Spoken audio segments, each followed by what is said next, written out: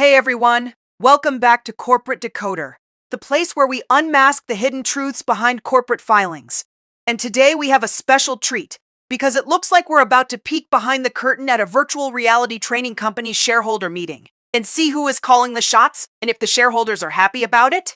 Before we dive in, if you are someone who likes their corporate news served with a side of no-nonsense analysis, then hit that subscribe button right now. And for those of you who want to chat about these filings and join a community of like-minded investors, our Discord is linked in the description below. So, what we're looking at here is an 8K filing from VirTra Incorporated, a company that designs and manufactures virtual reality training simulators mainly for law enforcement and military. Think of them as the folks who create those realistic video like scenarios for training police officers or soldiers without actually putting anyone in harm's way. This filing is essentially a report on a recent event, specifically their 2025 annual meeting of stockholders. This tells us the important stuff happened on the 14th of October, 2025. The company's stock is traded on the NASDAQ capital market under the ticker symbol VTSE. They are still considered an emerging growth company, which means they get to skip some of the more complex reporting rules for a while longer. This is the heart of the filing. It details what the shareholders voted on at their annual meeting. It is like the shareholders' report card on how the company and its leadership are doing. The first big item on the agenda was electing directors. These are the people who are supposed to be looking out for the shareholders' interests and guiding the company. Let's see how they did. We have John F. Givens and out of the total votes, a whopping 4,434,960 were in favor of him staying on the board. Only 71,529 voted against him. That is a pretty clear endorsement. There were also quite a few broker non-votes, Meaning the people whose shares were held by a brokerage didn't give specific instructions on how to vote, which is pretty common. Next up is Jeffrey D. Brown. Now, here is where it gets a little more divided. He got 2,426,321 votes for him. But a significant 2,080,168 votes were withheld. This is a much closer split compared to Mr. Givens. It suggests some shareholders might have concerns or prefer different leadership. Greg C. Johnson also received a similar split, with 2,403,720 and 2,102,769 withheld. Again, this indicates a portion of the shareholders are not fully on board. Michael T.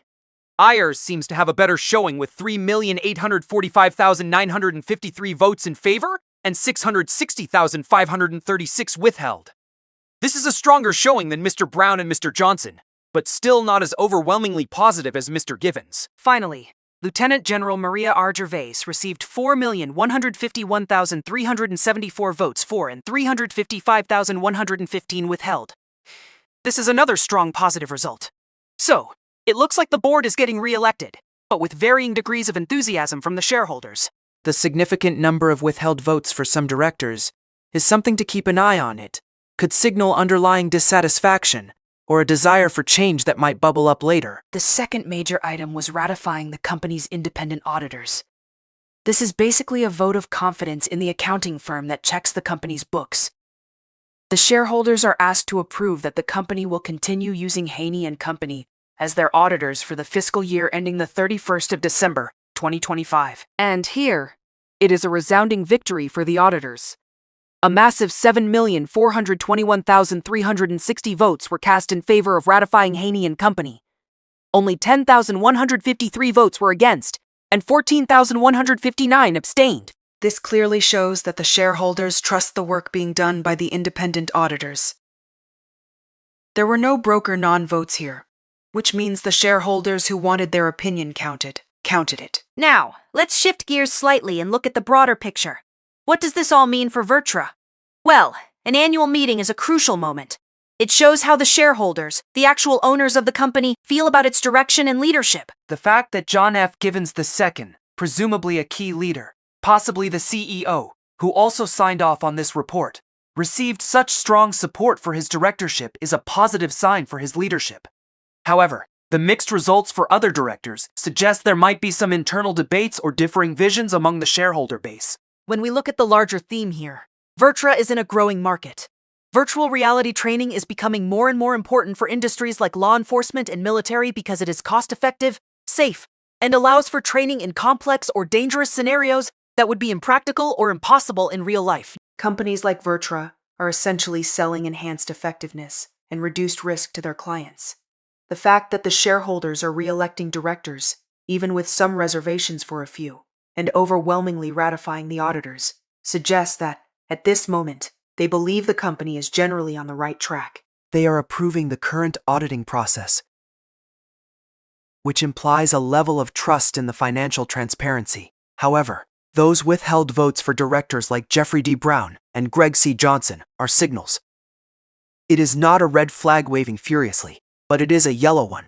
It could mean that shareholders want to see more aggressive growth, better communication, or perhaps a shift in strategy. It is important to remember that the number of shares represented by these votes matters.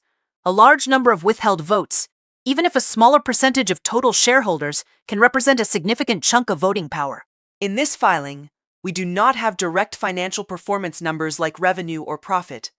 This 8K report focuses purely on the events of the shareholder meeting.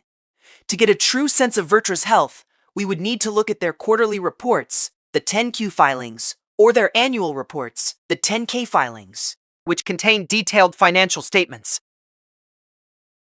Those would show us if the company is growing, if its expenses are under control, and if it is making money. But based on this 8K, the story is about governance and shareholder sentiment. VirTra's leadership, at least the majority of it, has the confidence of its shareholders, And they are continuing with their current auditors. The split in director votes, however, highlights a potential area for management to focus on in terms of communication and meeting the expectations of all its stakeholders.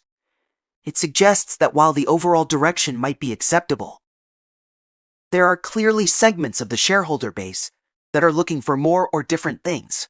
All right. That is our breakdown of VirTra's latest filing from their shareholder meeting. What is your take on these voting results and what they signal for the company's future? Do those withheld votes worry you, or do you see them as a sign of a healthy debate? Drop your thoughts in the comments. If this analysis was valuable, hitting that like button really helps. and subscribe for more deep dives into corporate documents. Don't forget to check out the Discord in the description. Thanks for watching. See you next time.